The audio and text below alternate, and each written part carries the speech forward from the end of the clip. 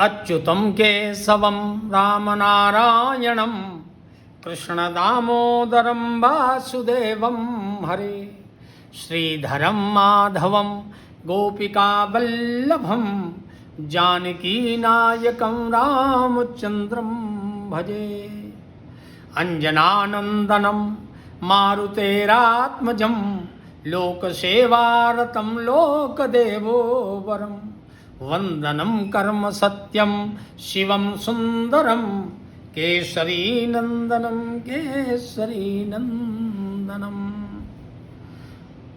ब्रह्ममुरारिसुरार्चितलिंगम निर्मल भासित शोभितलिंगम जन्मजदोख विनाशकलिंगम तत्प्रणमामि सदा शिवलिंगम। ओम नमः शिवाय। आज मैं श्रीमद् भागवत महापुराण से प्रसंग आप लोगों के समक्ष इसलिए रख रहा हूं कि जिसके श्रवण मात्र से ही जीवन आनंदमय और सुखमय हो जाता है। कथा ध्रुव की है। जब एक पिता अपने पुत्र का परित्याग करता है और पुत्र असहाय होकर जंगल में भगवान की आराधना में लीन होता है, जहां भौतिक सुख का कोई साधन नहीं है। पुत्र की उम्र केवल 2.5 वर्ष है और वह जब रात में शयन करता है तो मां के स्तन के दूध की याद आती है। जब याद आती है तो पुत्र अपने मुख को खोल करके ऊपर की तरफ करके उस मां की याद करता है। जब मां की याद करता है और क्षुधा से पीड़ित होता है, जंगल में पत्तों की गुठलियों को जब वो खाता है तो छोटा सा बालक उसको निगल नहीं पाता है। सरोवर के तट पर जाकर के जल पी करके किसी तरह से जीवन को संचालित करता है। जब यह वेदना एक मां के पास पहुंचती है तो मां उस वेदना को सहन नहीं कर पाती है। होती है मां भगवती, जो कैलाश पर भोलेनाथ के साथ विराजमान है। मां भोलेनाथ से कहती है कि भोलेनाथ, तुम्हारा विश्व कैसा है कि पुत्र कितनी तपस्या कर रहा है, क्षुधा से पीड़ित है, आतप से ग्रसित है, शरद ऋतु के प्रभाव से दुखित है, लेकिन तुम्हारा ईष्ट विष्णु अपने भक्त पर ध्यान नहीं दे रहा है। मैं एक मां हूं। जब रात में वह क्षुधा से पीड़ित होता है और मां की याद करके अपने मुख को ऊपर की तरफ करता है तो भोलेनाथ, यह दुख मुझसे नहीं देखा जा रहा है। इसलिए मेरी इच्छा है कि आप चलिए उस पुत्र के पास और मैं उस पुत्र की एक मां के रूप में रक्षा करूंगी। भोलेनाथ कहते हैं कि पार्वती मुस्कुरा करके कहते हैं कि प्रिय, तुम्हारे पास कोई संतान नहीं है, तुम्हारे स्तन में दूध नहीं है, तो तुम पुत्र की रक्षा कैसे करोगी। मां जिद करती है और तुम चलो, और मैं कैसे पुत्र की रक्षा करूंगी तुम उसको स्वयं देख लेना। भोलेनाथ से जिद करती है मां भगवती। भोलेनाथ तैयार हो जाते हैं। जब भोलेनाथ तैयार हो जाते हैं तो मां भगवती कहती है, गजब दयालु हो भूत भावन, गजब दयालु हो भूत भावन, तुम्हारी जय हो, तुम्हारी जय हो। हे काल भैरव, हे नंदिकेश्वर, हे तारकेश्वर, हे अमृतेश्वर। हे काल भैरव, हे नंदिकेश्वर, हे तारकेश्वर, हे अमृतेश्वर।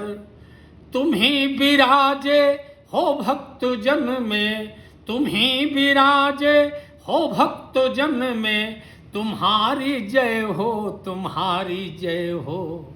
गजब दयालु हो भूत भावन, तुम्हारी जय हो, तुम्हारी जय हो। इस तरह से माँ भगवती भोलेनाथ की आराधना करके साथ में लेकर के उस भक्त ध्रुव के पास आकर के पहुंच जाती है। रूप होता है एक ब्राह्मण और एक ब्राह्मणी का। भोलेनाथ ब्राह्मण के रूप में और माँ भगवती ब्राह्मणी के रूप में। पुत्र को देख करके माँ भगवती कहती है कि भोलेनाथ देखो इस पुत्र को, कितना दुखी है, कितना सुंदर है, और लगता है इच्छा कहती है कि क्यों न इसी गोद में उठा लो। और माँ भगवती उसे उस पुत्र को गोद में उठा लेती है। पुत्र जैसे माँ की गोद में पहुंचता है, लगता है कि जीवन का संपूर्ण आनंद उसे मिल गया, और वह माँ के स्तन की तरफ अपने मुख को करके जैसे ही अपने मुख को आगे बढ़ाता है, माँ भगवती तुरंत गौ का रूप धारण करती है, और गौ का रूप धारण करके अपने स्तन को पुत्र ध्रुव के मुख में डाल देती है, और पुत्र ध्रुव उस दुग्ध का पान करने लगता है। धन्य है मां भगवती। और बड़े आनंद के साथ, बड़े प्रेम के साथ, इसी को भगवान श्री कृष्ण ने कहा है कि जब एक मां अपने धूल धूसरित पुत्र को अपनी गोद में उठा करके अपने स्तन को उसके मुख में डालती है, उस समय जो अनुराग, जो प्रेम उत्पन्न होता है, उस अनुराग, उस प्रेम में मैं हूं। जब एक गौमाता अपने पुत्र और अपनी पुत्री को स्तनपान कराती है, तो उस स्तनपान में मैं हूं। जब एक नारी अपने पतिव्रत धर्म का पालन करती है, तो उस धर्म में मैं हूं। इस तरह से भगवान श्री कृष्ण ने कहा था। आज वही मां जब पुत्र को अपनी गोद में उठाती है और गौ के स्वरूप को बना करके उसके मुखमंडल में अपने स्तन को डालती है, तो वह पुत्र ध्रुव अपनी अंतरात्मा से पूर्णतः संतृप्त हो जाता है, संतृप्त हो जाता है। तब भोलेनाथ उस मां को देखते हैं और आश्चर्यचकित हो जाते हैं, और उनके मुख से निकलता है, गजब दयालु, गजब दयालु हो मेरी माता, तुम्हारी जय हो, तुम्हारी जय हो। गजब दयालु हो मेरी माता, तुम्हारी जय हो, तुम्हारी जय हो। अजब बनाया है रूप माता, अजब बनाया है रूप माता, तुम्हारी जय हो, तुम्हारी जय हो। गजब दयालु हो मेरी माता, तुम्हारी जय हो, तुम्हारी जय हो।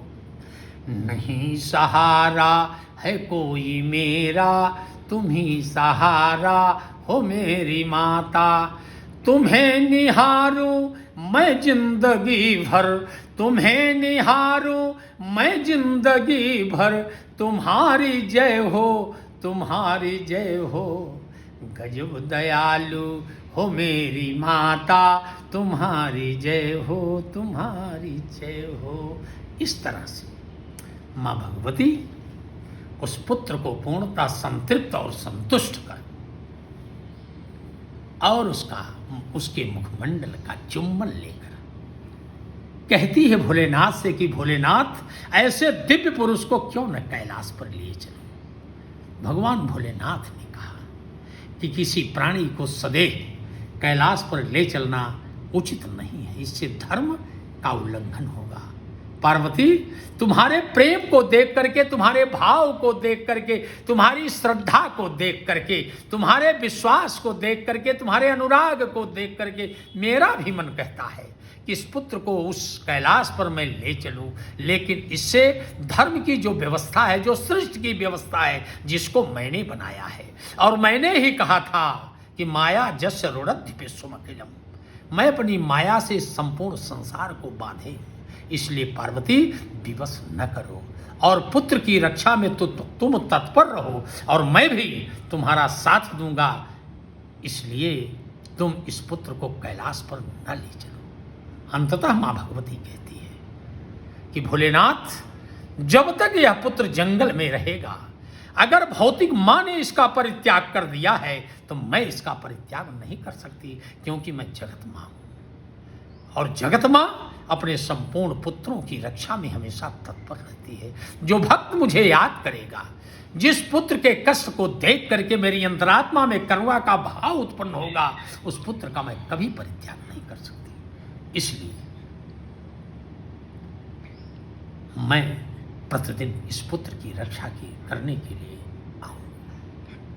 या चंडी मधुकैट भो प्रमथनी, जा माहि खोन मूलनी, जा धूम्रक्षस चंड मुंड मथनी, जा श्वेत पद्मासनी, शक्ति शुंभ निशुंभ दैत्य दलनी, जा सिद्धि लक्ष्मी प्रदा, सा दुर्गा नवकोटि मूर्ति सहिता, मां पातु विश्वेश्वरी।